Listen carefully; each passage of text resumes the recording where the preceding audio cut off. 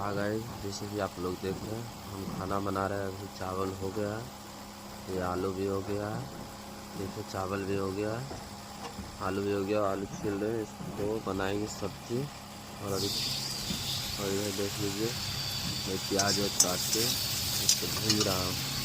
भून के अभी इसको बनाएंगे सब्जी। ये देखिए हम लोग खा पी के मस्त हो गए। यहाँ मेरा गाड़ी लोडिंग पॉइंट पे लगा हुआ है, देखिए कोयला लोडिंग हो रहा है बस।